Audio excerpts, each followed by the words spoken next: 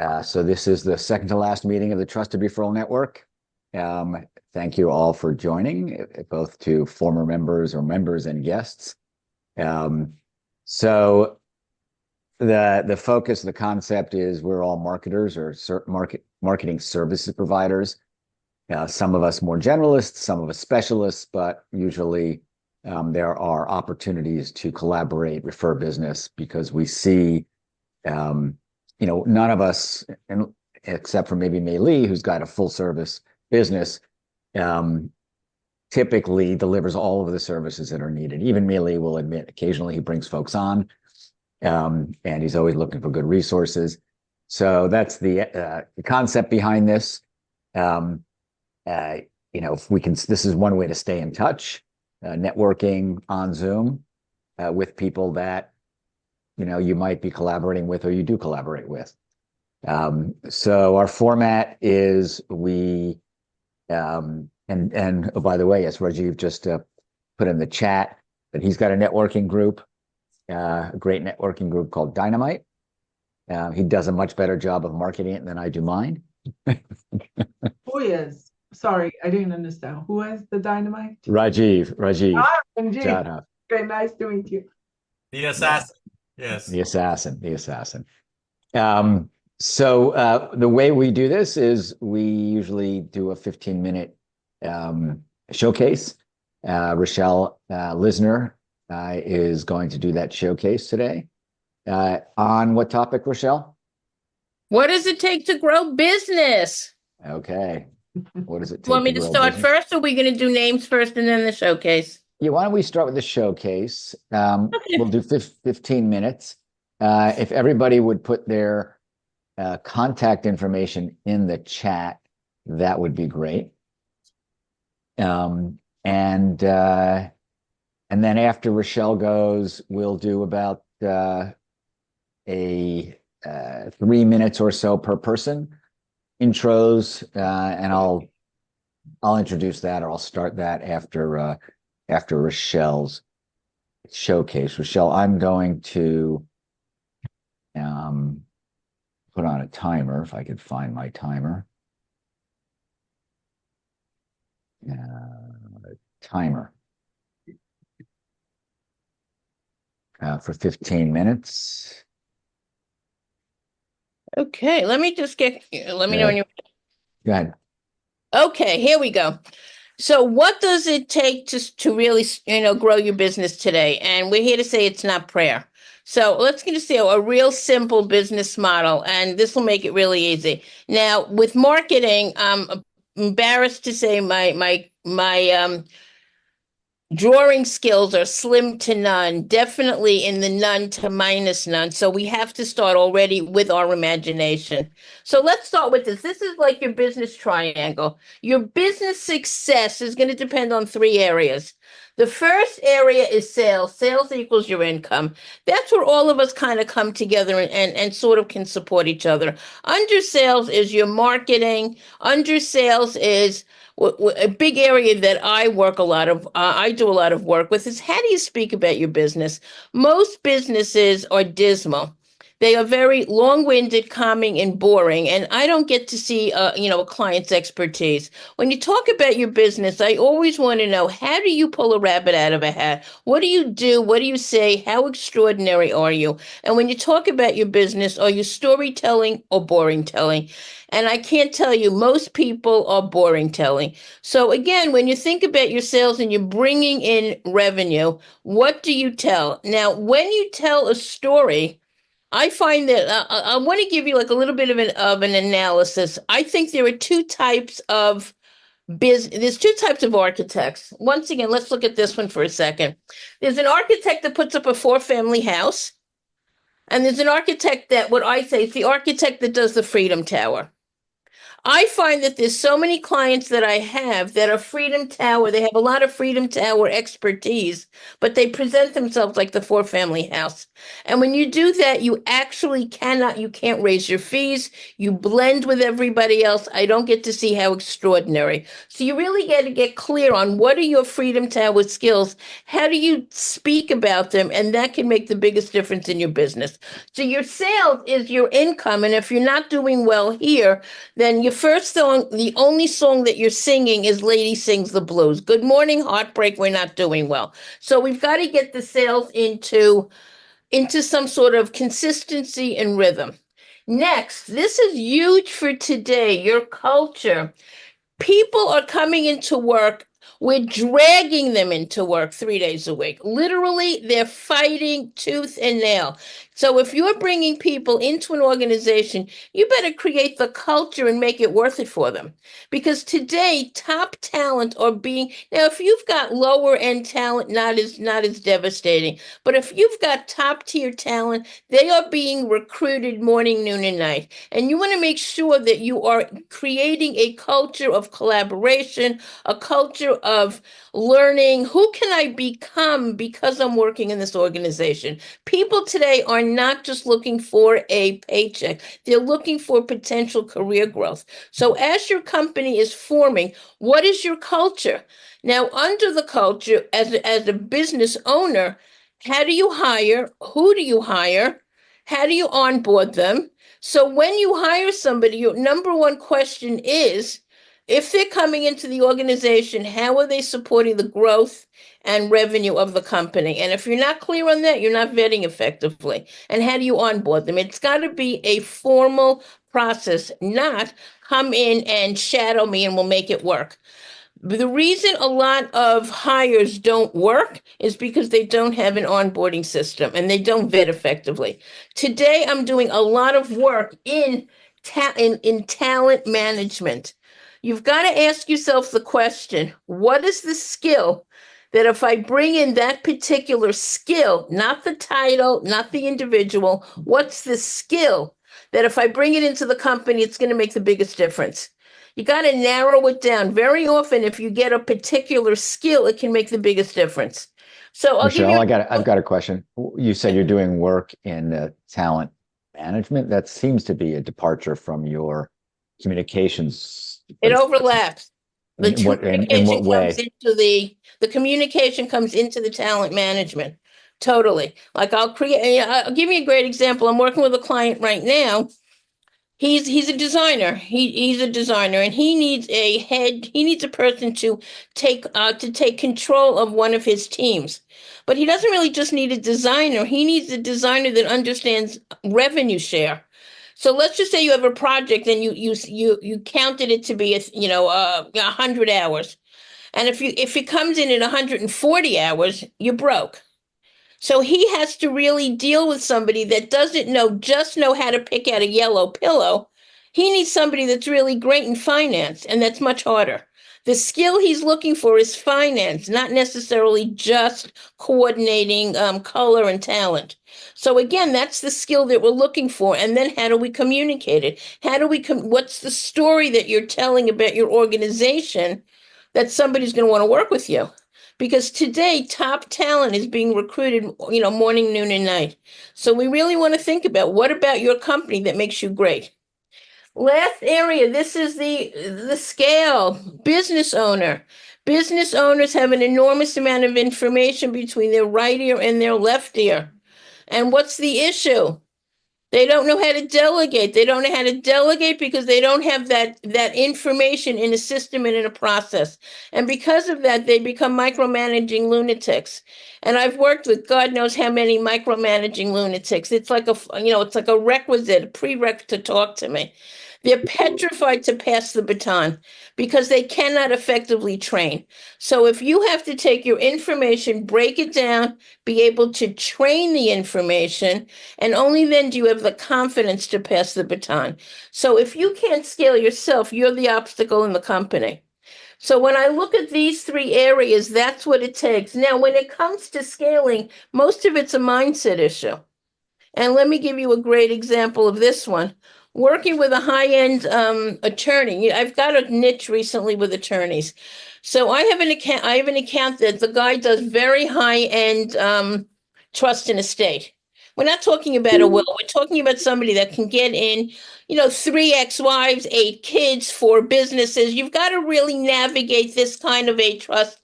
This is not your typical account. So he can do several of them. The guy has a high level skill, but who does he have working with him? Junior associates. They can't do the work. They're not skilled enough. So he has to hire, he's used to hiring junior associates. That salary is 80 grand. But that's not what he needs. He needs a high-end associate that's at least 180 grand. So when we went into that, I literally thought he was going to lose a kidney in front of me. He was petrified. So you're not, and it takes the mindset is to be brave enough in order to do it to foster growth in the company. It's total mindset. You've got to be brave in order to take your company to the next level. So these are the areas that I work in with it, which creates the business growth. For trust and estate, I focused on literally only the storytelling component of what I do for companies. I've redone sales pitches. I've redone pitches for investment money, because when you're talking about investment money, a lot of these people were very comfortable talking about their product. I'm a genius and I invented this. That's not what's going to get you your money. What do you think is the problem? What's the most 2 important slides in an investment deck, which most people don't pay attention to? The numbers. I assume it's The the what? ROI, the return on investment. No, Oh, what? People. got it. Your team and your marketing. That's Who's going to make it happen, and how are you going to make it happen? Because if you've got an amazing product, people meet brilliant people all the time. But if you don't have the team that can do it, and if you don't know how to market, you've become the greatest secret in the whole world, and nobody's going to write you a check for you to become the greatest secret. So you've got to be able to focus on who's on the team, specifically for the project that you're doing. Because I worked with somebody ages ago. They said this person was a CFO in a former company, but she was coming in this company to do marketing. What do I care if you were a CFO before, if you're doing marketing now? You got to tell me why that you are in the role of marketing. You've got to match the skill for what you're doing. So I literally scrutinize a lot of those projects because the emphasis is in the wrong place. Everybody that's getting pitched has a great idea. Everybody. It's not the idea. You've got to be able to implement it, and you've got to know the marketing. How are you going to get somebody to buy? And you've got to have the team that can make it happen. So that's where communication comes in. Are you telling a great story that people can say, pretty, pretty, pretty, please tell me more? Are you positioning yourself like Freedom Tower and not generic like everybody else? And when you become Freedom Tower, guess what? You raise your rates, because you are doing something extraordinary that nobody else does. You do not blend in where I can find 100 of you that can do this. They'll look at you and say, holy camoli, only you can do this. I trust you. Let's have a conversation. So that's what it takes in general to, kind of like move businesses forward. And if anybody has any questions in any of those areas, let's go for it. I have a question. You compared the Freedom Tower architect to the home architect. I think most of us have expertise. It's not necessarily, a Freedom Tower capability, but it's a niche that differentiates us. I assume that also applies, where you are the expert. I mean, Neco will tell you about. Well, he's going to tell all of us about his focus on testimonials. I think it's testimonials, right? Yeah, it's testimonials, not case studies, which he does very efficiently. So I think that's what you're getting at, right? You want to tell a story of this. If you have a niche and if you know something. So, for example, Michael, what do you do with startups? Right. If they don't work with you, what happens? They're not a startup. They're history. Right. You have a choice. Work with me and you're not going to be a startup. You're going to be successful, or do it on yourself. Be one of these do-it-yourselfers and you're going to be a memory. And what do you know in a startup? If you can pinpoint what you know specifically in startup, you've got to speak their language. So startup is what? 10 people doing the job, one person doing the job of 8. You understand that pressure. You understand the pressure of, and then you keep speaking into that. Then I'm going to see that you have Freedom Tower skill in dealing with startup. You're going to go into literally the pain and the agony of the startup. So I'm going to say, whoa, if I know of a startup, we got to talk to Michael immediately. Because you're going to talk about the pain and the suffering of the startup, not the pain and you're not going to blend it with the pain and the suffering of a company in business for 30 years. Different problems, different headaches. I want to know the migraine that you work with. Because if it's a migraine, they'll pay you. If it's a headache, right. if it's a headache, no. That's a good segue. The migraine, right. let's have a conversation. They're going to Velcro themselves to your ankle. Pretty please help me, because it's a migraine. Right. And we don't speak into what we do that's extraordinary. We're generic. And that's why stories are so important, because the stories I'll remember the story. And most of us tell people what we do. I'm not going to remember that. But if you tell me a story about the impact of what you did, so you worked with a startup, they came to you, they were in business, 8 months, and you're proud to say 4 years later, they are now. Okay. Yep. You went from startup to whatever. So we got to get into these specific stories. The more generic you are, the worse, the more you put yourself in that 4-family house and not Freedom Tower. Cool. Any other questions coming? Do it. They're afraid. They say, oh my God, if I speak about this, I'm going to lose this. This one has something called a big budget. This doesn't. I would much rather somebody have 2 or 3 bigger accounts versus 20. We're not in a volume business. We're not Walmart. If you're in a volume business, you're in a volume business because it's automated. But if you have to do the work, I can't take on 300 accounts. I'm not volume like that, but I can take on 20, let me tell you, high end that have major headaches. And they want the personalization. They love the fact that I can zero in on something. And we all have that. We all have that ability, but you got to recognize, what are you zeroing in on that people really need? And they want to hear it because they say, you understand my migraine. I think you're spot on.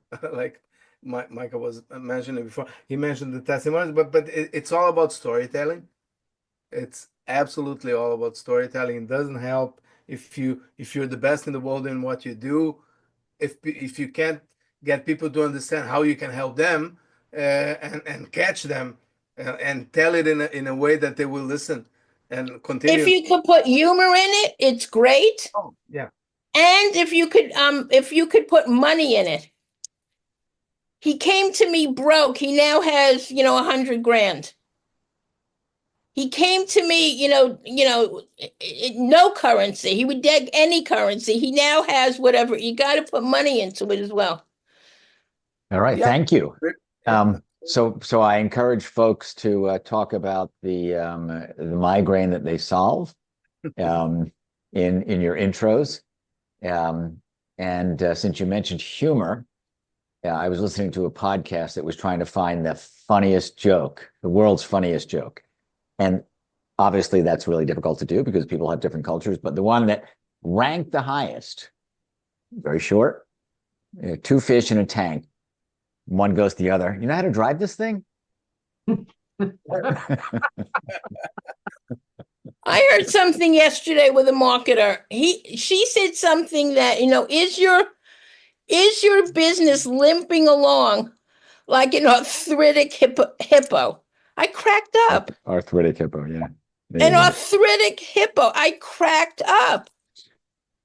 I mean, not too many people will describe their company like that. Are you working with an arthritic hippo? I cracked up. Yeah, it's pretty funny. Yeah, if it's visual or if it's a story where you can follow the storyline, that's what makes it memorable. Okay. Thank you so much, Rochelle. let's move on. I'm going to drop in the chat the order more or less in which people showed up. Once I find the chat. Where'd the chat go? This thing. Okay. There we go. Oh, there it is, chat. So Melih, John Parsons, Limor, Neco, Rajiv, and then Nick, and then I will go at the end. Let's do it. I don't know. I have a timer set for 3 minutes. So once I get it back up, about 3 minutes. Tell us what makes you unique, what migraines you solve, and how we can help you, and what you're looking for. And if there's anything in particular that will stand out and make people remember you, a story, whatever, that's great as well. I'm going to switch it to gallery mode for the purposes of recording. So if everybody who's not speaking would go on mute, that'll help. So Melih, you are up. Great, thank you. Rochelle, one thing I was going to add to what you were saying earlier, and I'm dealing with it with a client project right now, is the owner or the CEO hires people that are of less quality than themselves. And needless to say, because the idea is they're trying to control them and they want to be center of attention and they want to turn around and get, essentially everything goes through the owner, and it just ends up into a disaster, which is interesting enough is what we're running into right now. And it's a large company too. It's like a $70 million company, and you still have this going on. That's crazy. Anyway, what it makes us unique. I think one of the things that makes us unique is the fact that I've got a 37-year-old marketing agency out of Detroit.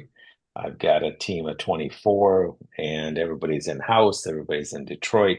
I think you're going to find that seems to be, at least in our size marketing agency, something that doesn't exist.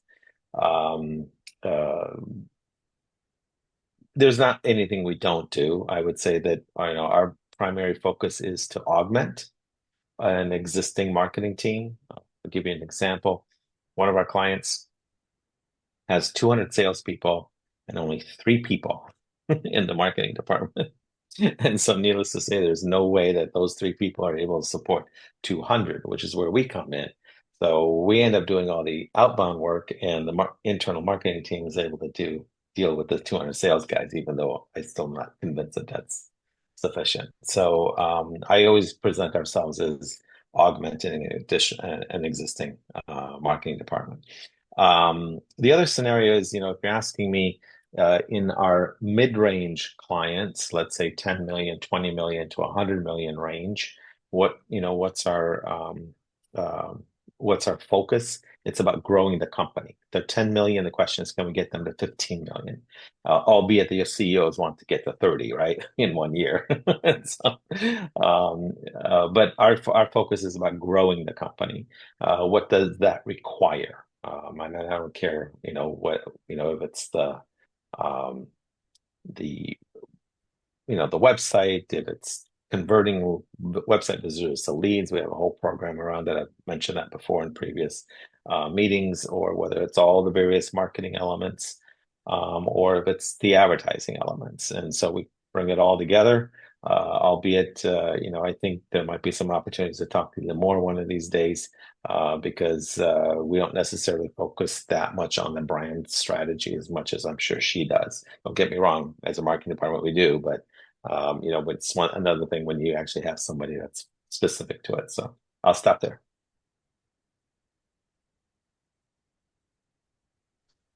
Are you looking for anything in particular? Particular needs? For the most part, we work with B2B companies. They're usually larger corporations. So if you run into projects that are outside your scope, look me up. Wonderful. Okay. John Parsons, welcome back. Thanks, Michael. Anyway, John Parsons, Into Ideas. I was more active a year ago, I think, with TRN. Got busy. Anyway, I have 2 sides of my business. I'm a freelance ghostwriter. I've recently started to coach authors as well as as opposed to helping them write their books. So that's been a new experience. The other side of my business is video. We use a remote capture process for the subject footage. I think Neco does the same for testimonials, but we do things differently in terms of footage. Extracting footage for social media is something new we're doing. We're also creating sort of testimonial action, call to action videos based on either animations, explainers. We do our top of funnel stuff is mostly that. Our testimonials are mostly used for social proof videos. So companies that have something to say and need to need to communicate that other people have used us before, therefore you can be confident in using ours. But we don't limit ourselves to subject footage. We also do animation. We splice in found footage, public speeches, TED Talks, that sort of thing. And especially pretty simple things like stock footage, stock animations, we combine for the messaging. The other thing we have not just started to do, the other thing we do is if we write the script for which we have a professional voiceover narration, we try to make sure if they have an SEO strategy that they use that SEO strategy in the script and also in the transcript, because that gets neglected. The transcript is the file you upload along with the video, and that's what the search engines see. YouTube sort of does it with AI, but it makes some silly mistakes. So we make sure that transcript file, the thing used for closed captions, when it's seen by search engines, it has the right ranking based on standard SEO, organic SEO, and that's kind of it. That's what we do. I have a question, suggestion, or whatever. I just recently created a sort of a 1-minute intro video. And I was able to cobble together what I think was the right set of things, but sure. It's okay. But I think more and more people are going to be looking for that sort of thing. It's, you do it with your phone, you do it with a PC based, the recording thing. The recording device, but also a, what is it called? Where the text comes down right in front of you, prompter. Right, and the good ones have a silhouette, so you can position yourself in the frame. Right. But our capture does that, but the problem is people don't like looking at those. They like looking at something that tells a better story. So we have for our public speaker videos, we do take the raw footage, but we also cut in some background music and some animations, so we break up the rhythm, so it's not just a guy talking.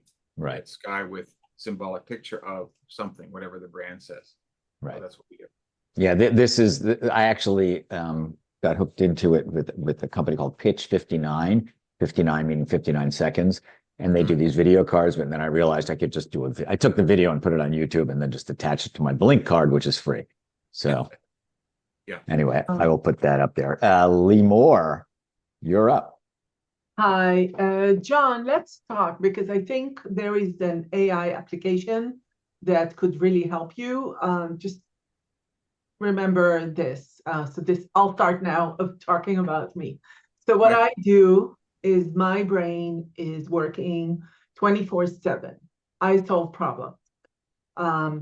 When people come to me and say, oh, my website is and my brand is not working and I don't get people to click my this, then we start work. So it doesn't matter what type of pain points or headache or migraine they come with, but the goal is to look at it from a 360 point of view and really understand what they need and how to expand what they have and build more. So they can start with just a logo and then they need everything else. They can start with this and this and this, and then we'll say, okay, but do you understand all your touch points? Do you understand how to communicate well with all of them? How to leverage this and use that and connect? I work with agencies as well, Melih. So definitely they hire me as the expert because I not just find the branding, the design, the UX, meaning all the digital components of SaaS application, websites, SEO components together, I look at the human side. And now it's becoming really, really important, because now that we have all these automations that, sorry to say, is not smart, because it's not thinking, it's doing all the thinking that we thought that should be thinking. So then you have all this prejudice, and you have all these things that are happening that we don't have control over. And then the user frustration level is 100%. So I advocate for the user. When you look at the website, when you see problems coming from every touch point, it could be your SaaS application, it could be your website is not functioning, it could be a mobile app, it doesn't matter. Whatever touch point, I come in and I look at it from the user. How much do they have to suffer to be there? And what are you making them to go through to just look at what you offer? So this is how I see things usually. So my ask is, if you know any company, we can partner, because I become under your team. I'm not a big agency. I usually collaborate with big agencies or with bigger clients when they need someone like me. I was up. So I took a couple of seconds for John, but I think that's the idea. Thank you so much. All right. We are, Limor and I are collaborating with one of my teams on building websites, more on the technical side. So she's a great collaborator as well. Neco, you are up. Sure. Yeah. Limor, we need to have a chat. Can be in Hebrew too.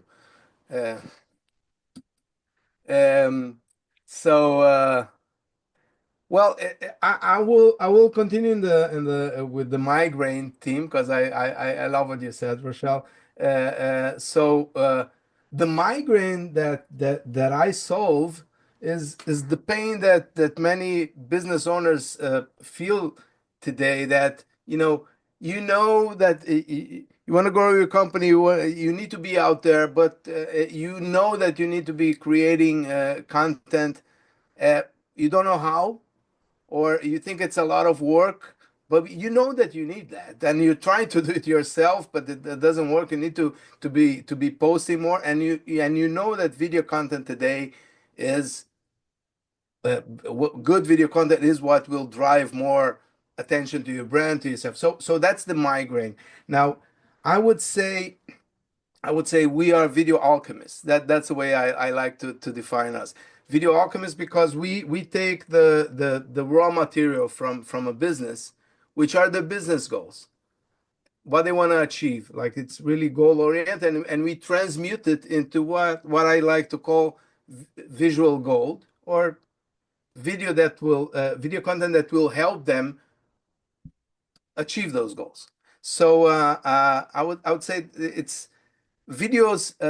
On the one hand, it's all about storytelling and helping businesses tell the story that they need, or through their clients, but tell the story that will catch the attention that you want to catch, and will motivate people to give you a call. So we look at the creation of video content as on one hand, yeah, it is creative. Video editing is anything but technical. It's not technical. It's storytelling work, and if you don't know how to tell a story by cutting an interview, you won't do it. So it's not technical. But on the other hand, videos are tools, and I always keep in mind there is a goal to be achieved for the business, and the video has to be created with the story, but having the goal in mind all the time. And many video creators forget that. They get too much into the creative side and forget the goal. So that's where we meet. And what is unique about us? Well, we do everything remotely. We do the remote video production. which I would say it's an easy, much easier and much more affordable way for businesses to create high quality video with the assistance of a video coach. We do video coaching as well to help. I would say instead of we're not fishing for our clients.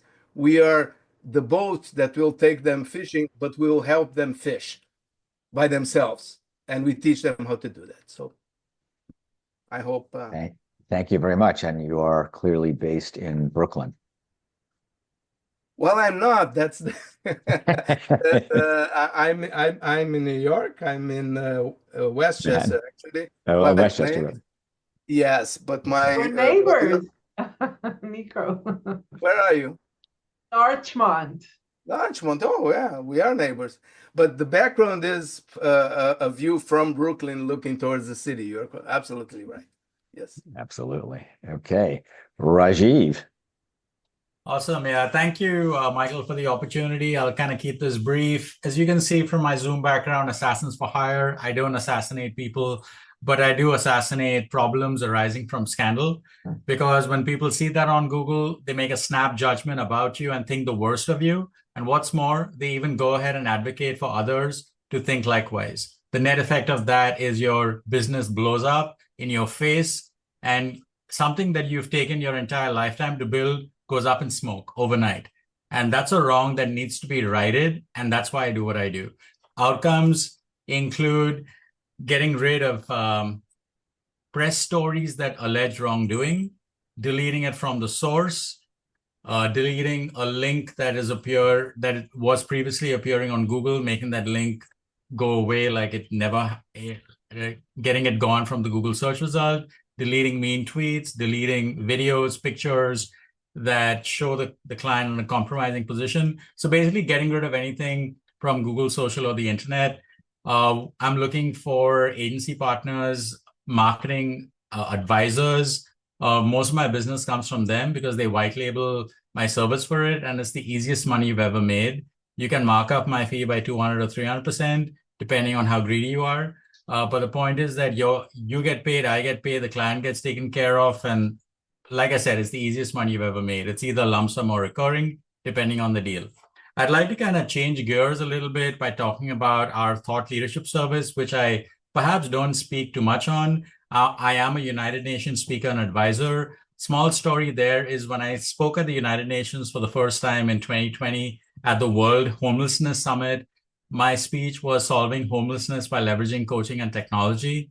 And the net result of that speech was one of the countries in attendance, the country of Malawi, reached out to me immediately after my speech and demanded that I help them solve child homelessness in Malawi. So I'm not saying this to brag, but what I'm saying is that my small investment of 10,000 or 15,000, how much ever I paid to speak at the UN, resulted in 250,000 as far as a deal with, that was the value of the project, with the government of Malawi. So it just goes to show that when you speak at the right places, people pay attention, they demand, because the forum is a place of vetted experts, and then they're looking to you for those kind of answers and solutions. And these are the decision makers as well. So if anyone wants to speak at the UN to globalize your message or your brand or to up-level your business, reach out to me, send me a text. I'll keep my details in the chat. And I'll leave it there. Thank you, Michael. Thank you. Love that pink background. Definitely stands out. I have a question, if it's possible. Sure, go ahead. Do you want to meet lawyers? Because sometimes lawyers are the people who deals with this situation of cleaning up. Yeah. So in the past, we worked quite successfully with criminal defense attorneys and divorce attorneys. We have done a little bit of work with entertainment attorneys, but mostly it's been criminal defense attorneys. Okay. But the short answer, Limor, is yes. Criminal defense, and you said divorce. Yeah, because those get ugly. People like to throw mud at each other, which I love. Okay. Nick Rontanini. Are you still here? Is he still here? Yep. Yeah, I'm still here. Go for it. All right. My name is Nick Rontanini. I specialize especially in social media marketing and SEO optimization. specifically for across various platforms on social media such as TikTok, Instagram, X, or formerly known as Twitter, LinkedIn, and etc. This primarily either long form or short term videos, each aimed and tailored to support boost, and enhance a brand's online visibility, and as well as their engagement. And especially with tailored calls to actions that allow whoever's watching it to take clear and actionable steps towards whatever that video is trying to get them to do. For example, I worked with a client who was a financial services coach, and my videos were aimed at boosting attendance for a webinar that he hosted on financial topics. I also am partnered with an organization known as Toastmasters International. This is an organization focused specifically on enhancing your public speaking and your leadership development skills. So if you if you are interested in perhaps boosting your public speaking, have a speech that you want to give, or want to take a leadership position, then you can contact me and I can help you sign up for Toastmasters, or I'm also looking to charter corporate clubs, specifically in Manhattan or Westchester. If you happen to know any HR representatives who work at a company who would like to have a club, specifically to help their employees boost their public speaking skills as well as their leadership development skills, to not only help them stand out in the marketplace, but they can also put that on their resume and their LinkedIn, then please feel free to contact me. Send me any of their contacts you know, and I will help them with the process to see if they are interested in having a club in their organization. No, very cool. Whatever happened with you mentioned boosting attendance at webinars? How did it turn out? Did it generate the type of results that you were looking for, that the client was looking for? I think so. Yeah. Yeah. The goal, I think, with call to action is to have them a clear, actionable steps. Right. If it's clear what the audience has to, if it speaks to them and they know what they have to do in order to do it, I think they're more likely I think them actually taking those steps is more likely, because if it's relatively vague, or there's any question of, wait, so once I do this, then what? What's in for me? Why should I do it? Once that has been answered, then I think people are more likely to do it, because ultimately I think, like, when people kind of view like an ad like that, one of their first responses is, how does this affect me? Like, what does this do for me or for people I know? Right. All right, cool. Thank you very much. I'll put a timer on for myself. So as most of you know, all of you know, my name is Michael Bendit. My core business is software development. I'm an independent rep for about a dozen software development teams. And as I mentioned in my newsletter, I'm shifting my focus a little bit to concentrate more on tech and startups. I've been doing a lot of networking in that space. Fortunately, there's plenty of networking events to go to in the startup and tech world in New York City. And one of the things, I'll tell you a story, that pain point that I think some of my customers are facing. And I've had the specific experience of losing some deals because the customer's appetite was much bigger than their budget. And this is particularly with startups whose budgets are typically limited, right? If they're seed funded or if they're self-funded, they just don't have the resources really to build out their dream application.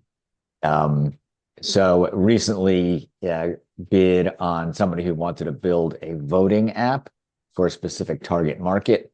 And my team, which is a very good team, came back with a quote that just was so far above what the client was expecting. in the range of $300,000. It was a fairly complex app, and to build a robust app of that complexity is about $300,000. However, you can build an app like that using sort of rapid development techniques with low code and no code platforms in probably 1/10 that amount. So $30,000, which is much more in the budget range of a seed company.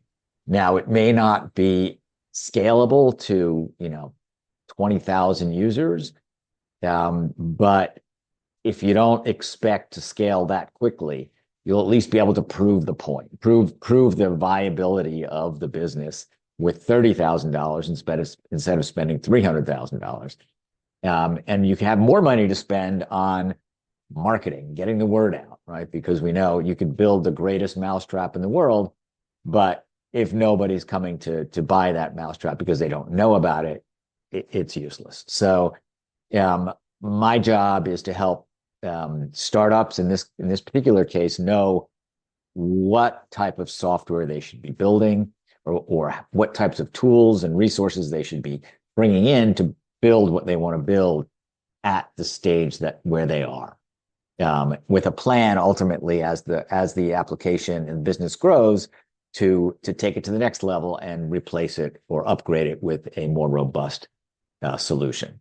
The nice thing about also these platforms where you could build very quickly, or sort of rapid development of an MVP, is that you could also upgrade it very quickly, right? I'm sorry, you could add features and you could change things around so that as your app develops, as your market develops, you can develop the app to address that market. And then you have a design, you have customers, you've got a working application. And if you're outgrowing it, you rebuild it on a more robust platform. So that's where I'll probably be spending a good portion of my time pitching that, looking to actually put together a presentation that really talks about what's appropriate depending on where you are in the startup process. Are you pre-seed? Are you seed? How much money do you have to spend? Where are you going to spend that money? And how much should be allocated to development? All right, so we are down to 7 minutes left. We can open it up. You're on mute, Rochelle. Looks like you're talking, but you're on mute. Yeah, I said, I love what you were saying, that you've got to get it started. You don't have to get it perfect. Right. Yeah. And I would start with a story. Perfect is 300,000. Getting started is 30,000.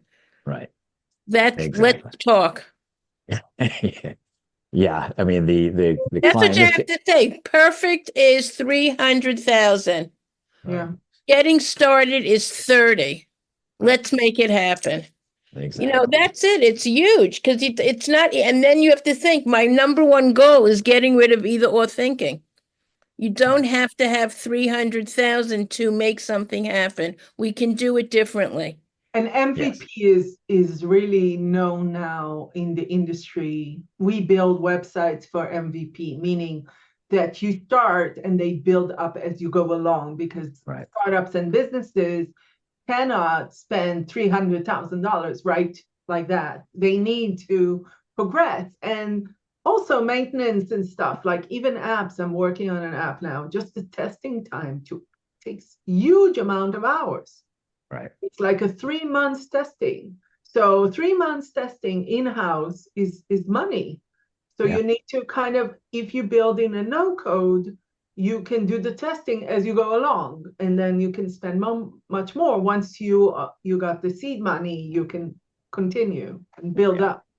Yeah, these no-code, low-code platforms are great. much more robust than they used to be, and they're much more flexible. So they've gotten to the point where you really can build a fairly robust minimum viable product. It may not be scalable, as I mentioned, to large numbers, but it's also hard to customize. But you know what? For a beginning, it's great. Yeah. That's so great because you're getting rid of the either or thinking. Yeah. You're getting rid of let's get started, let's get money in, and then you can take the next step. Yeah. It's huge. So We're down to about 5 minutes. We can talk about any particular topic. Again, this is the second to last meeting of the Trusted Michael? Referral Network. Yes. So quick question, will there be some version of TRN that might exist in 2025, or are you like totally pulling the curtains down on it? Right now, I don't have plans to continue it. I want to obviously maintain my connection with folks, but I'm not sure this is the best way to do it. I got to figure out what works. Probably spend more time on LinkedIn than I have in the past. Not sure where that will take us, but we'll see. So, Michael, earlier you had kind of talked about, people from the community leading chapters and stuff. So that could be a way to sort of take the load off your head to a degree. Because if you think about it from an MVP standpoint, like I know you're putting a lot of effort into it with the newsletters and this and that and the other thing, but technically speaking, on a very MVP level, you just need the meeting. That's it, and a place for people to RSVP, and that's it, so that's something that technically one of us from the community could do on your behalf, either on your Zoom link or somebody else's Zoom link or whatever. So that's something that we could figure out. I mean, I think that, certainly the idea is easy to copy, right? I'm happy to share my network. If somebody wants to take the leadership role and run with, the contacts that I've built, I would certainly join and be part of it. Because, I've built a fairly large network of marketing services providers to start with. So if anybody wants to talk about how, let's do it. All right. Yeah. We can do something. Absolutely. And for the last couple of minutes, I just want to thank you. I really want to thank you for being such a strong supporter for all of us. And not only do I want to thank you, I mean, I just want to give you a standing. I'd give you a hug, but I couldn't. I can't. I want to give you a standing ovation. Thank you. Because I appreciate you've been such a support to us. You've done so much to coordinate everybody, to make it feel like, like a home away from home, and your dedication. So I just really want to thank you. And in lieu of Thanksgiving, you really deserve like mucho thanks. And I'm just really I'm very, very appreciative. I'm glad it's Michael, if we ever meet up, coffee's on me. All right, absolutely. And I'm in Connecticut, but I'm only an hour away from New York City. I'm going to be in California over the holiday week from December 25th. And Michael, January 1st. The networking you're doing with startups, I'm assuming that's all virtual or no? No, a lot of it is in person. I'm going to And where is it in person, in Connecticut or New York? Mostly New York. Mostly New York. Any recommendations? I'm going to the New York Tech Alliance. There's an organization called, I think it's Startup Crunch or something. There's a lot of, if you go on to meetups, but the New York Tech Alliance is great. They have meetings once a month in Union Square, and they always get a pretty good crowd if you're going after the tech and startup world. Yes. Michael, real quickly, two things on that point. Number one is, I know you and I are working on another project that I'm hoping you're going to be able to help us out with. I'm not going to learn about that until January, so no problem. I'm hoping I'll get back to you. But the other thing is, when you're talking about startups, and I don't know what the size looks like, but I do have a funding source from an entirely different network that I'm connected with. She's great in terms of size and volume. I mean, it's not like she's going to be involved in $300,000 raises, but like if you're looking for 5 million, 10 million or more for that matter. She runs a fund, or she's a she's a consult. She has her own business wrapped around what she calls profit optimization, does a lot of forensic accounting. But because of her work in the accounting and finance industry, she works with a venture capital firm, which has just crazy amounts of money. Okay, so she's been at it. So keep me in mind. I mean, also, if something comes they up, I'm can happy look to at introduce you guys. accelerators. You should know that Koi and Sila Innovation, if they have like a interesting idea that could be beneficial.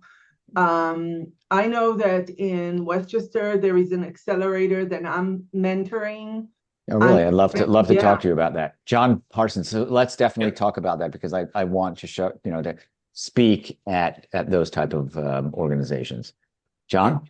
At something I forgot to mention when we're talking about startups, we're pivoting towards more climate tech companies and startups. Oh, interesting.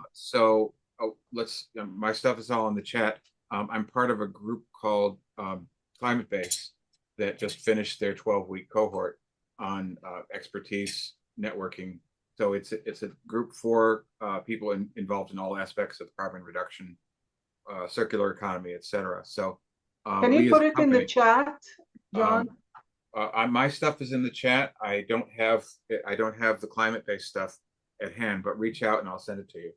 Okay, thank you. I'm a member of Climate Base, and I know that there are a lot of new startups in the climate space that we're starting and marketing entities in the climate space. So we're starting to partner with them.